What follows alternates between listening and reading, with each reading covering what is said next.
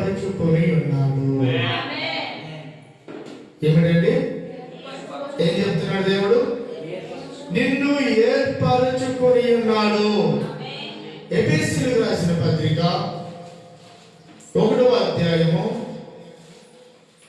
6వ వచనం చూడండి.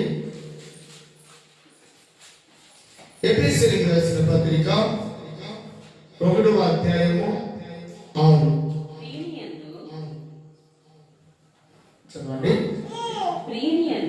ప్రియునియందు తాను ఉచితముగా మనకు అనుగ్రహించిన తన కృపా మహిమకు, ఏంటంటే కృపా మహిమకు, మనకు అనుగ్రహించిన కృపా మహిమకు కీర్తి కలిగినట్లు తన చిత్త ప్రకారమైన దయా సంకల్పము చొప్పున యేసుక్రీస్తు ద్వారా తమకు కుమారులుగా స్వీకరించుటకై మనలను ముందుగా తన కోసము నిర్ణయించుకొని మనము తన ఎదుట పరిశుద్ధులమును నిర్దోషములను ఉండవలెనని జగత్ పునాది వేయబడక మునిపే ప్రేమ చేత ఆయన క్రీస్తులో మనలను ఏర్పరచుకునను. ఏం చేశాడంటే ఆయన క్రీస్తులో మనలను ఏర్పరచుకును. ఎప్పుడు అంటది? జగత్ పునాది వేయక మునుపే దేవుడు నిన్ను దేవుని కొరకై ఏర్పాటు చేసుకుని ఉన్నాడు. అది నీకు తెలియక పొరపడుతూ దేవునికి చాలా దూరంగా మనం ఉంటున్నాం. ప్రియ దేవుని బిడ్డలారా, ఎప్పుడు నిన్ను ఏర్పాటు చేసుకుని ఉన్నాడంటే ఆయన జగత్ పునాది వేయకముందే ఆయన నిన్ను ఏర్పాటు చేసుకొని ఉన్నాడు. నీవు తక్కువ వ్యక్తివి కాదు, చిన్న చూపు. ఎవరు నిన్ను చూడవలసినటువంటి అవసరం లేదు. నీలో ఒక కృప ఉంది, నీలో ఒక టాలెంట్ ఉంది, నీలో ఒక శక్తి ఉంది. ఆ శక్తిని మనము ప్రతి దినము పొందుకోవడమే. హల్లెలూయా చెప్పండి, హల్లెలూయా. ఎందుకంటే జగత్ పునాది వేయక ముందే ఆయన నిన్ను ఏర్పరచుకొని ఉన్నాడు. నీ పైన ఆయనకి ఒక మంచి ఉద్దేశం ఉంది. నీవు తక్కువ కాదు, ఒకరు ఎక్కువగా ఒకరు తక్కువగా కాదు. నిన్ను దేవుడు ఏర్పాటు చేసుకొని అన్నాడు. మరొక వచనంలో కూడా యెషయా గ్రంథము 42వ అధ్యాయము 1వ వచనం చూడండి. యెషయా గ్రంథము 42వ అధ్యాయము 1వ వచనం. కొద్దిగా చదవలేని ఎవరైనా పెద్దగా చదవండి. ఇదిగో నేను ఆదుకొను నా సేవకుడు, నేను ఏర్పరచుకున్నవాడు. హల్లెలూయా. సేవకులను ఏర్పాటు చేసుకునేది ఎవరండి? కొంతమంది సేవకులుగా మారడానికి వారికై వారే ఏర్పాటు చేసుకుంటారు. కానీ దేవుడు మాట్లాడుతున్నటువంటి మాట ఏమిటి అంటే, ఇదిగో నేను ఏర్పాటు చేసుకున్న సేవకుడను. హల్లెలూయా. నేను ఒక సేవకుడను ఏర్పాటు చేసుకుని ఉన్నాను. నేను మీ దగ్గరికి పంపించిన సేవకుడు, నేను ఏర్పాటు చేసుకున్న సేవకుడు. మనుషుల ద్వారా ఏర్పాటైన సేవకుడు కాదు, దేవుని ద్వారా ఏర్పాటైనటువంటి సేవకుడు నీ ప్రాంతానికి వచ్చాడు. నీ ప్రాంతంలో ప్రార్థన కూటము ప్రారంభించాడు. నీ ప్రాంతంలో గొప్ప గొప్ప మీటింగులు, స్వస్థత ప్రార్థనలు జరిపించాడు. అది తన సొంత ప్రయత్నం ద్వారా జరిగినది కాదు. నేను ఏర్పాటు చేసుకున్న నా సేవకుడు అని అంటాడు. ఇదిగో నేను ఏర్పాటు చేసుకున్నటువంటి సేవకుడు ఎవరు? హల్లెలూయా. చెబుతానేమాట, ఇదిగో నేను ఆదుకొను, అది ఆదుకోను నా సేవకుడు, నేను ఏర్పరచుకున్నవాడు, నా ప్రాణమునకు ప్రియుడు. హల్లెలూయా. ఏమోనండి బైబిల్లో నిజమైన పరిశుద్ధాత్మ యొక్క అభిషేకము ద్వారా నడిపించబడుతున్నటువంటి ప్రతి ఒక్క సేవకుడును దేవుడు మాట్లాడుతున్నాడు. నేను ఏర్పరచుకున్న సేవకుడు, అతడు నా ప్రాణమునకు ప్రియుడు. అంటే సేవకులు ఎక్కువగా గంటల తరబడి దేవుని సన్నిధిలో గడుపుతారండి. గంటల తరబడి దేవుని సన్నిధిలో గడపడం, అలాగనే ఆరాధన చేయడం, అలాగే సంగీతం అనేటువంటి సంబంధం కలగడం ఉంటారు. అంత మాత్రమే కాకుండా జకర్యా గ్రంథము 2:8 ఒక మాట ఉండదు. ఏమని చదవాల్సినటువంటి అవసరం లేదు, కానీ ఇదిగో నిన్ను ముట్టివాడు నా కన్నుగుడిని ముట్టినట్లే. ఏమండి? నిన్ను ముట్టినప్పుడు, ఎవరిని ముట్టినప్పుడు? దేవుడు ఎందరినైతే ఏర్పాటు చేసుకుని ఉన్నాడో, ఎందరి పక్షముగా ఆయనకు ఉద్దేశం ఉందో, ఎవరైతే ఈ భూలోకంలో ఉన్నటువంటి మానవులు దేవునికి దగ్గర సంబంధంగా ఉంటారో వారిని దేవుడు ఏర్పాటు చేసుకుని ఉన్నాడంట. వారిని ఎవరు ఏమైనా అనినప్పటికీ కూడా, ఎవరైనా ఏమైనా గాయపరిచినప్పటికీ కూడా, ఫస్ట్ ఆఫ్ ఆల్ అనింది వారిని కాదంట, దేవుని కనిగుడ్డుని ముట్టినట్లే. హల్లెలూయా. అందుకని ప్రియా దేవుని బిడ్డలారా, దేవుడు మాట్లాడుతున్నాడు. ఇదిగో నేను నిన్ను ఏర్పరచుకొని ఉన్నాను, నీవు తక్కువ కాదు, నీవు తక్కువ కాదు. నీలో ఉన్నటువంటి బలహీనతను బట్టి, నీలో ఉన్నటువంటి అవిధేయతను బట్టి, నీలో ఉన్నటువంటి సోమరితనాన్ని బట్టి నీవు తక్కువ అంచనా వేసుకోవద్దు. నేను నిన్ను ఏర్పరచుకొని ఉన్నాను, నేను నిన్ను పీలించి ఉన్నాను. హల్లెలూయా. యెషయా గ్రంథము 65వ అధ్యాయము 8 నుండి 10 వచనాలు చూద్దామండి తొందరగా. యెషయా గ్రంథము 65:8 నుండి 10 వచనాలు. యెహోవా ఇలాగూ సెలవిచ్చుచున్నాడు, ద్రాక్ష గెలలు క్రొత్త రసము కనబడినప్పుడు, బాగా వినాలి, చాలా ఆత్మీయంగా వెళ్ళిపోవాలి. ఏంటంటే ద్రాక్ష గెలలు అంట, ద్రాక్ష గెలలు అంట క్రొత్త రసము కనబడినప్పుడు, ఆ గెలలలో క్రొత్త రసం వచ్చినప్పుడు, క్రొత్తగా ఉన్నప్పుడు, మా అంతకు ముందు ఉన్నటువంటి ఆ రసము కంటే కూడా, ఆ పులుపు కంటే కూడా క్రొత్తదనముగా వచ్చినప్పుడు, తీయదనముగా వచ్చినప్పుడు, అక్కడ ఒక మాట చక్కగా రాయించి ఉన్నాడు. చదవండి. జనులు అది దీవెనకరమైనది, దాన్ని కొట్టివేయకము. హల్లెలూయా. ఒక ద్రాక్ష చెట్టు ఉందనుకోండి, ఆ ద్రాక్ష చెట్టు, కొన్ని ద్రాక్ష చెట్లు ఎలా ఉంటాయి? పుల్లగా ఉంటాయి, పులుపు, పళ్ళుతో కూడా కోరలు పడిపోతాయి, పులిసిపోతాయి, పొల్లని కూడా ఏమైపోతాయి, పులిసిపోతాయి. మరి అలాగే ఉంటే నువ్వేమనుకుంటావు? చెట్టు ఏమో బాగానే ఉంది, కానీ ఆ ద్రాక్ష పండ్లు తినాలంటే, ఆ ద్రాక్ష పళ్ళు తినాలంటే పళ్ళు పులిసిపోతున్నాయి. కనుక కొట్టివేయాలని ఉద్దేశం ఉంది, కానీ ఆ ద్రాక్ష గెలలో నుండి, ఆ యొక్క ద్రాక్ష పండ్లలో నుండి క్రొత్త రసము వచ్చినప్పుడు, తీయదనము వచ్చినప్పుడు, మాధుర్యము వచ్చినప్పుడు,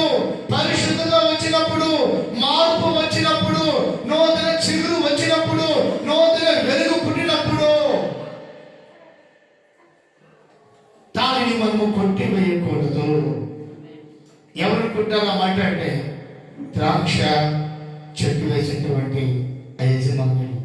ఆ మాట చదవండి. ద్రాక్ష గెలలు ఏమండి? ఈరోజు నీలో పులుపు ఉందేమో, నీలో మలినం ఉందేమో, నీలో పాపం ఉందేమో, నీలో అక్రమం ఉందేమో, నీలో మస్టు ఉందేమో. కానీ మస్టు ఉండి మలినం ఉంచుకొని పాపం ఉంచుకొని నీలో పులుపు ఉంచుకొని నీ శరీరం అంతా కూడా పులుపుగా ఉన్నావంటే నీకు ప్రయోజనకరం ఉండదు. ఎప్పుడైనా అది నీకు నాశనానికే.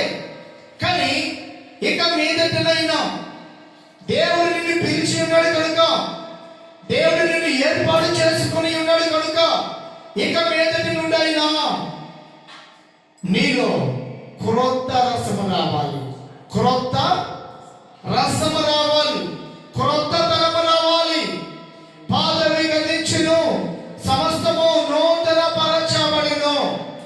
అందుకనే దేవుడు అంటాడు, నువ్వు ఎందుకు అటు ఇటు తిరుగుతూ ఉంటావు? ఎందుకు లోకస్తుల వలె మాట్లాడుతావు? ఎందుకు పాపములో పడిపోతావు? ఎందుకు లోక సంబంధమైనట్లుగా మాట్లాడుతావు? నేను నిన్ను ఏర్పరచుకొని ఉన్నాను. నా ఏర్పాటులోనికి నువ్వు రావాలి, నా కౌగిలిలోకి నువ్వు రావాలి. హల్లెలూయా. నా రెక్కల క్రిందకి అప్పుడు ఆశ్రయం ఉంటుంది. ఏర్పాటు ఉంది, కానీ నీవు లోకములో తిరుగుతున్నావు, పాపంలో తిరుగుతున్నావు, వ్యాపారంలో తిరుగుతున్నావు, బిజినెస్ లో తిరుగుతున్నావు, లోక సంబంధాల వలె ధనాన్ని సమకూర్చుకుంటున్నావు. Praise the lord. దేవుని పరిశుద్ధ నామమునికి మహిమ కలుగును గాక. నీవు ద్రాక్ష చెట్టు వలె ఉన్నావు. నీ ద్రాక్ష నీలో నుంచి వచ్చే ఆ యొక్క ద్రాక్ష పండ్లు అనే గెలలు పులుపు రొట్టు అనుకోండి, పుల్లగా ఉన్నాయి అనుకోండి. ఆ పులుపుతోనే ఉంటే ఎవరు తినరండి. ఆ పులుపు ద్రాక్షలు, అవి కారు ద్రాక్షలు, పులుపు ద్రాక్షలు ఎవరు తినరు. కానీ కొంత ఎరువేసినప్పుడు, కొంత నీరు పోసినప్పుడు, దాని చుట్టూ పాలు తోమినప్పుడు, కొన్ని కొన్ని కొన్ని కొన్ని ప్రయోగాలు చేసినప్పుడు అవి క్రొత్త రసము. హల్లెలూయా. ప్రియా దేవుని బిడ్డలారా, నీవు నీ జీవితాంతం కూడా పుల్లగా ఉంటే, ఒకవేళ ఆయన నిన్ను ఏర్పాటు చేసుకుని ఉన్నా నువ్వు జీవితాంతం పుల్లగా ఉంటే ఏం చేస్తాడు ఆయన? కానీ ఈ భూమి మీద ఉన్నటువంటి ప్రతి ఒక్కరి ఎడల ఆయనకి నిత్య సంకల్పం ఉంది. ఆయన నిన్ను ఏర్పాటు చేసుకుని ఉన్నారు. ఏర్పాటులోనికి నువ్వు రావాలి అంటే నీలో పుల్లదనాన్ని పెట్టుకొని, నీలో మలినము పెట్టుకొని, నీవు కారు ద్రాక్ష వలె ఆయన ఎత్తుకు వస్తే ఆయన్ని తీసుకోండి. హల్లెలూయా. నీవు నీలో ఉన్నటువంటి ఆ యొక్క పులుపుని, నీలో ఉన్నటువంటి మలినాన్ని యేసు పులుపు యొక్క శక్తి ద్వారా నువ్వు తొలగించుకొని నీలో క్రొత్త రసం రావాలి, నూతన రుచి రావాలి. నీలో ఉన్నటువంటి పులుపు వెళ్ళిపోయి తీయదనం రావాలి. హల్లెలూయా. ఒకసారి గట్టి చెప్పగలుగుతారు. హల్లెలూయా, హల్లెలూయా. ఆ చెట్టును, ఆ ద్రాక్ష చెట్టును కొట్టివేయాలనుకున్నారు. కానీ ఆ గెలలు అంతకు ముందు ఉన్నటువంటి గెలల వలె లేవు. ఒకవేళ అంతకు ముందు ఉన్నటువంటి గెలల వలె ఉంటే, అంతకు ముందు ఉన్నటువంటి ద్రాక్ష పండు వాళ్ళు ఉంటే అది ఎందుకు ఉపయోగం లేదు. కొంతమంది కొంత కొరిగేసి ఇవి పుల్లగా ఉన్నాయని చెప్పి పడేస్తారు. అదే ఆ చెట్టులో మార్పు వస్తే, నీలో మార్పు వస్తే, నీలో ఉన్నటువంటి పుల్లదనాన్ని దేవుడు తొలగించి తీయదనాన్ని తీసుకొస్తాడు. మరి నువ్వు తీయగా ఉంటే, నువ్వు పరిశుద్ధంగా ఉంటే, నీలో మలినమంతా కడగబడితే, నువ్వు దేవుని ఆత్మతో ఎదుగుతూ ఉన్నప్పుడు నిన్ను కొట్టివేయడు. నీకు రోగాలు రావు, నీకు సమస్యలు రావు, నీకు బలహీనతలు రావు. అర్థవంతంగా మంచి వయసులో నువ్వు చనిపోవు. అవసరం లేదు. ఎందుకు తెలుసా? నీలో క్రొత్త రసం వస్తుంది. హల్లెలూయా. అందుకని దేవుడు అంటాడు, ఈ యొక్క క్రొత్త రసము రావాలి అంటే నేనేం చేయాలంటే దేవునితో అంటు కట్టబడి ఉండాలి. హల్లెలూయా. ఏం చేయాలండి? దేవునితో అంటు కట్టబడి ఉండాలి. అంటు కట్టబడి ఉన్నప్పుడు నీలో ఉన్నటువంటి పులుపు, ఆయనలో ఉన్నటువంటి తీయదనం అది ఏకమైనప్పుడు నీ పులుపానికి ఏకత కానీ అది పరిశుద్ధం కనుక ఆయనలో ఉన్నటువంటి తీయదనం అంతా నీలోకి వచ్చేసి ఆ పులుపంతా కూడా తీయగా మారిపోతుంది, క్రొత్త రసముగా మారిపోతావు, నీవు క్రొత్త రుచిగా ఉంటావు. ఇక నువ్వు క్రొత్త రుచిగా ఉన్నప్పుడు, క్రొత్తదనం నీలో ఉన్నప్పుడు, క్రొత్త శక్తి నీలో వచ్చినప్పుడు, నూతనమైన బలం నీలో వచ్చినప్పుడు ఇంకా దేవుడు నిన్ను కొట్టిపోయాలను, రోగాలు పెట్టాలను, అనారోగ్య సమస్యలకు ఉంచాలని ఉండదు. ఎందుకంటే నీవు ఫలిస్తున్నావు కనుక, నువ్వు ఆత్మీయ జీవితంలో ఎదుగుతున్నావు కనుక ఆయన అనుకుంటున్న విధానంగా నేను నిన్ను ఏర్పరచుకొని ఉన్నాడు. ఆ విధంగా నువ్వు ఉంటున్నావు కాబట్టి ఆయన నీ జీవితంలో ఎప్పుడు కూడా సమస్యలు, వేదన, దుఃఖము రానివ్వడు. ఎందుకంటే ఆయన నేను ఏర్పాటు చేసుకొని ఆయనతో నువ్వు అంటుకట్టుబడి ఉన్నావు కనుక నీలో ఉన్నటువంటి పులుపును తీసివేసి నీలో తీయదనాన్ని పంపిస్తాను. హల్లెలూయా. నీలో క్రొత్త చిగురు, క్రొత్తదనం ప్రజలో చదువుతలేమంటారు. కొత్త రసములు కనపడినప్పుడు నీలో కూడా ఏం కావాలి? అదే పాడితే పాడ, పాడితే పాడుగా భాషకున్న దాసులు అన్నట్టు పాడి చెప్పిన వాక్యాలే చెప్పి, చదివినటువంటి వాక్యాలే ధ్యానం చేసి అదే టైము ఫాలో అవ్వకుండా వస్తూ కాదండి. హల్లెలూయా. హల్లెలూయా. క్రొత్తదనం రావాలి, మార్పు రావాలి, దేవుడిలో ఆత్మీయ స్థితిలో ఎదుగుదల కావాలి. Praise the Lord. చదవండి. అది దీవెనకరమైనది, దానిని కొట్టివేయకము. ఎందుకు కొట్టివేయాలి? ఎందుకు కొట్టివేయాలి? అది దీవెనకరంగా ఉంది కదా.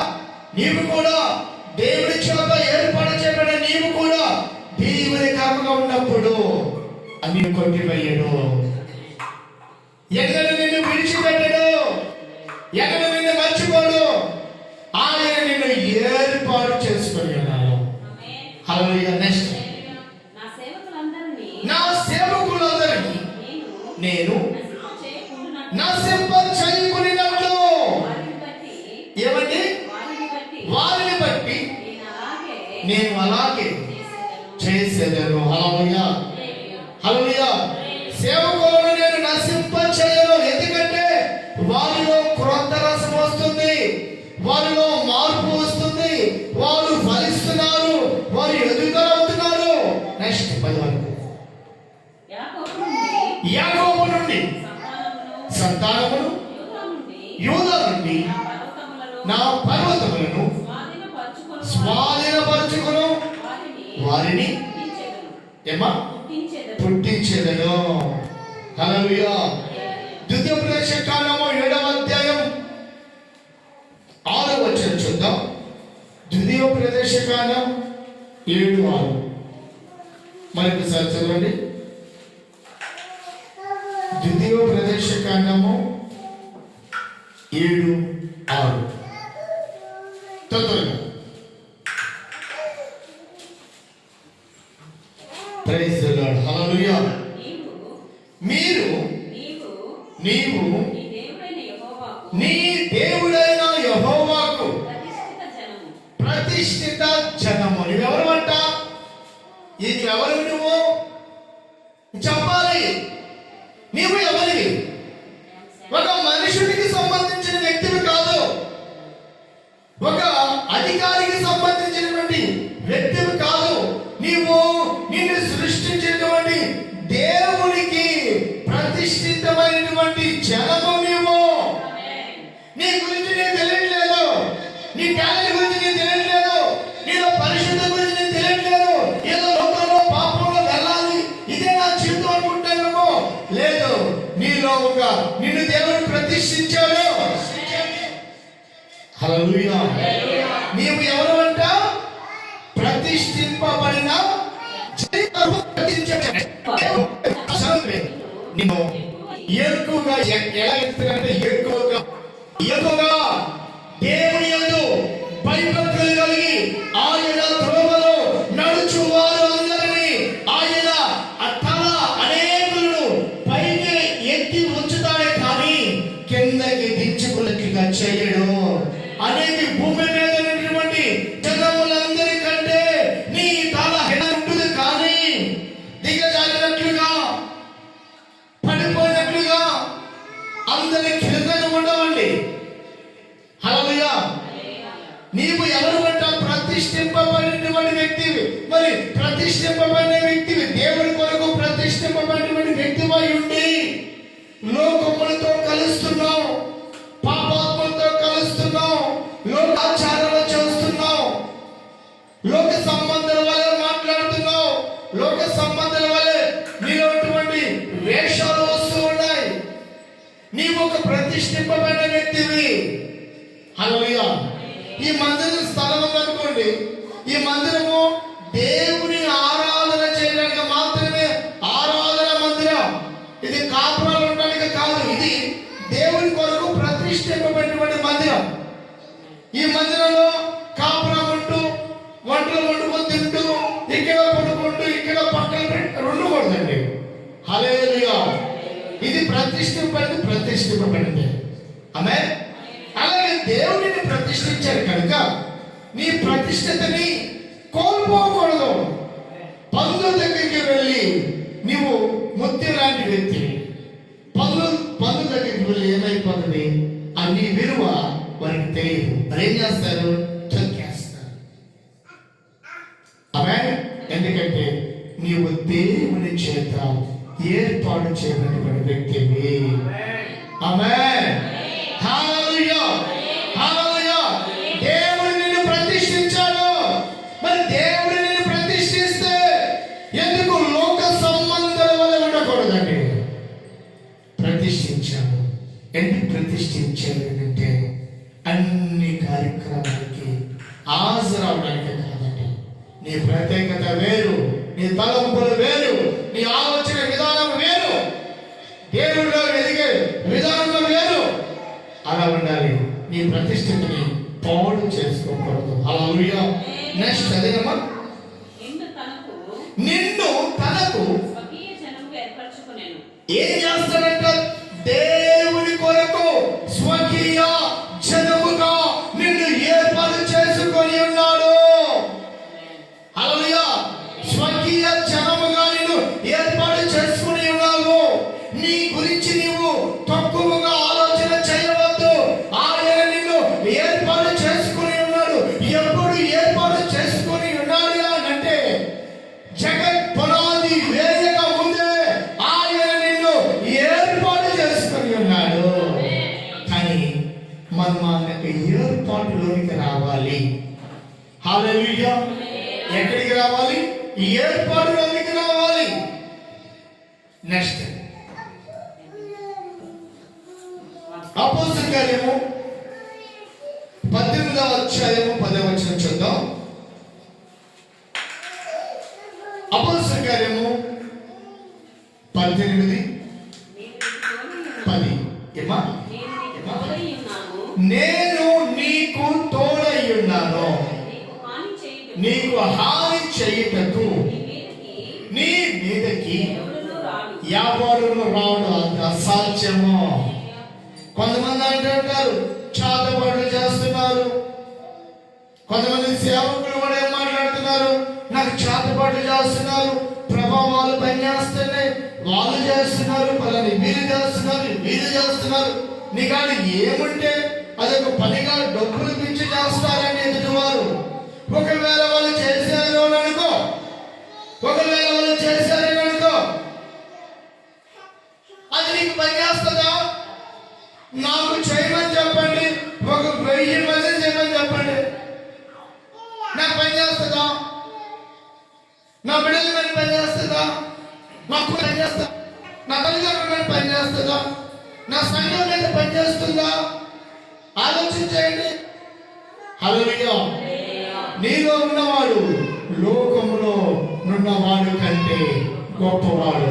ఒక సేవకుడు అంటాడు, అయ్యా ముగ్గురు పాస్టర్లు కలిపి నాకు చాటుపడి చేశారయ్యా, నాలో బలహీనత రోజు రోజుకి ఎక్కువైపోతుంది, డాక్టర్లు కూడా అర్థం అవ్వట్లేదు అని చెప్పి ఫైల్ కొట్టుకుని తిరుగుతూ ఉన్నాడు. నీ కాడ ఏముంటే చేస్తాడు అని అడిగితే నా సేవ డెవలప్ అవుతుందని. ఎంతమంది వస్తే నీ సేవ డెవలప్ అవ్వదు? పట్టుమంటే ఒక 100 మంది కూడా లేరు. ఎవరికి నువ్వు ఇబ్బందిగా ఉంటున్నావు? ఎవరికి ఇబ్బంది లేదు కదా, నీకెందుకు చేస్తారు?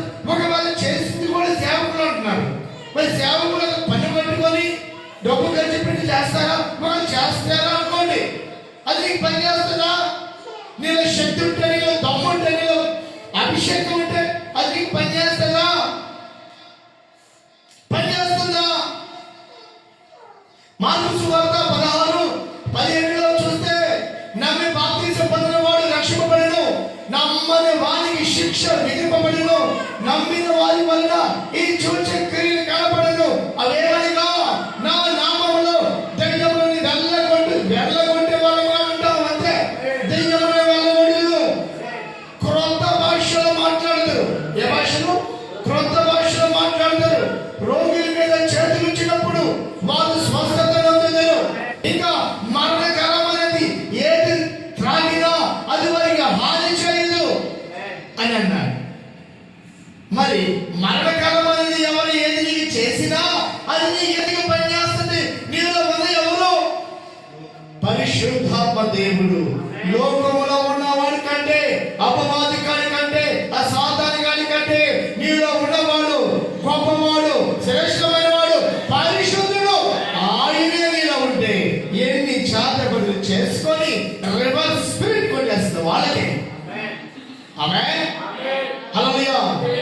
కనుక ప్రియమైనటువంటి దేవుని పిల్లరా, అపవాది సంబంధుల వలె మాట్లాడవద్దండి. హల్లెలూయా. విశ్వాసంతో మంచి ప్రార్థన పరులుగా, మంచి భక్తి పరులుగా ఉండాలి తప్ప ఫలాని వాళ్ళు ఇలా చేశారు, ఫలానిగా చేశారు, ఫలాని ఇలా చేశారనేది అది మంచిది కానే కాదు. నీవు ప్రార్థన ద్వారానే జయించి ముందుకు వెళ్ళాలి. హల్లెలూయా, హల్లెలూయా. అయిపోయిందా? వచ్చిన నెక్స్ట్ రోమీయులకు రాసిన పత్రిక 8వ అధ్యాయం 28. నేను ముగించేస్తున్నాను తొందరగా. దేవునిని ప్రేమించు వారికి అనగా, బాగా వినాలండి, దేవునిని ప్రేమించు వారికి అనగా ఆయన సంకల్పము చొప్పున పిలువబడిన వారికి మేలు కలుగుటకై సమస్తమును సమకూడి జరుగుచున్నవని ఎరుగుదుము. ఏముంది అక్కడ? ఏం చేశారు అక్కడ? ఏముందమ్మ అక్కడ? దేవుని ప్రేమ. ఎంతమంది దేవుని ప్రేమిస్తున్నారు? ఈ వాక్యము చూస్తున్న వ్యక్తులు కూడా ఎంతమందికి అది వెళ్తుందో, అక్కడ సెల్ ఫోన్ లో లైవ్ ఎంతమంది అది వెళ్తున్నారో చూస్తున్న వాళ్ళు కూడా దేవుడు మాట్లాడుతున్నాడు. హల్లెలూయా. దేవుడిని ఎంతమంది అయితే ప్రేమిస్తున్నారో వారికి ఆయన సంకల్పము చొప్పున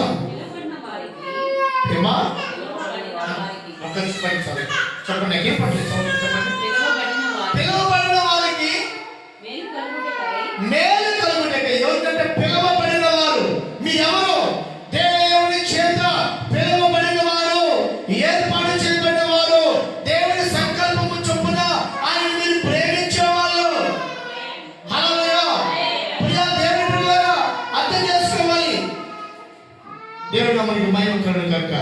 అందుకనే దేవుడు అంటాడు, నేను నిన్ను ఏర్పాటు చేసుకుని ఉన్నాను, నా ఏర్పాటులోనికి రావాలి, నాలోనికి రావాలి, నాలోని ఎదగాలి, నాలో ఉన్నతమైన స్థితిలో ఉండాలి ఆయన యొక్క ఆశ, ఆయన యొక్క కోరిక. ప్రజలో అంటే నీ పక్షముగా దేవుడు ఉద్దేశం ఉంది, నీ పక్షముగా దేవుడు ఉద్దేశం, నీ పక్షం ఎంతమంది ఉన్నారు? ప్రతి ఒక్కరి పక్షముగా ఆయన ఉద్దేశం ఉంది. కానీ ఆయన సంకల్పంలోనికి రావాలి, ఆయన రెక్కల క్రిందికి రావాలి. ఆమె జగత్ పునాది వేయబడిక ముందే ఆయన నిన్ను ఏర్పాటు చేసుకుని ఉన్నాడు. నీవు మరొకరు సొత్తు కాదు, కానీ నీవు ఆయన సొత్తు. ఆమె హల్లెలూయా. మీరు అందరూ ఒకసారి చెప్పండి, దేవుడు నన్ను ఏర్పాటు చేసుకొని ఉన్నాడు. అందరూ గట్టిగా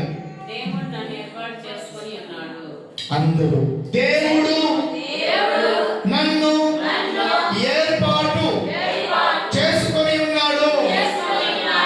దేవుడు నన్ను ఏర్పాటు చేసుకొని ఉన్నాడు. దేవుడు నన్ను ఏర్పాటు చేసుకొని ఉన్నాడు. మిమ్మల్ని అందరినీ కూడా దేవుడు ఏర్పాటు చేసుకొని